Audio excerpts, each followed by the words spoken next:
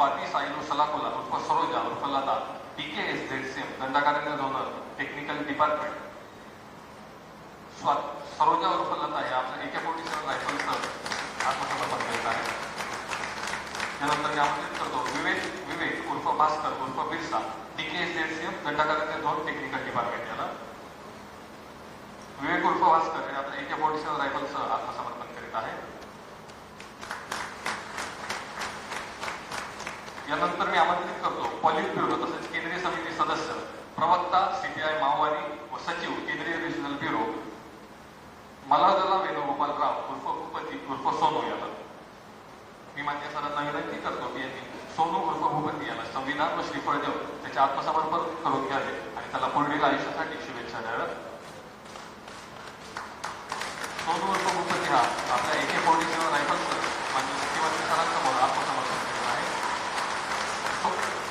हा मागील 40 वर्षांपासून माओवादी संघटनेमध्ये कार्यरत होता. महाराष्ट्र शासनाच्या एकूण 60 लाख बक्षिसासह सर्व राज्यांमध्ये मिळून भूपती उर्फ सोनू याच्यावर एकूण 5.5 कोटी रुपयांपेक्षा अधिक बक्षीस जाहीर केले होते.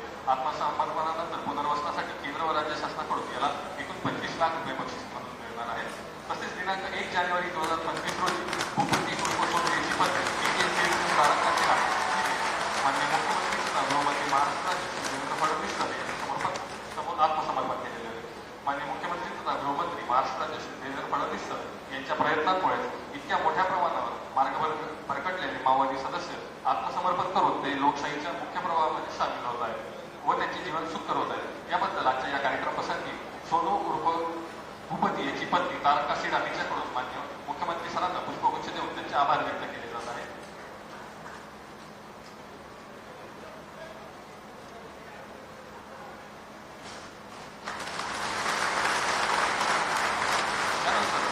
या संपूर्ण आत्मसमर्पणाच्या कार्यक्रमासाठी विशेष परिश्रम घेणारे अधिकारी व अंमलदार यांना माननीय मुख्यमंत्री तथा गृहमंत्री महाराष्ट्र राज्य श्री देवेंद्र फडणवीस यांच्याकडून प्रोत्साहनपर बक्षीस देण्यात येणार आहे. मी मान्य सरांना विनंती करतो की सरांनी आपल्या हस्ते या बक्षिसाचे वितरण करावे.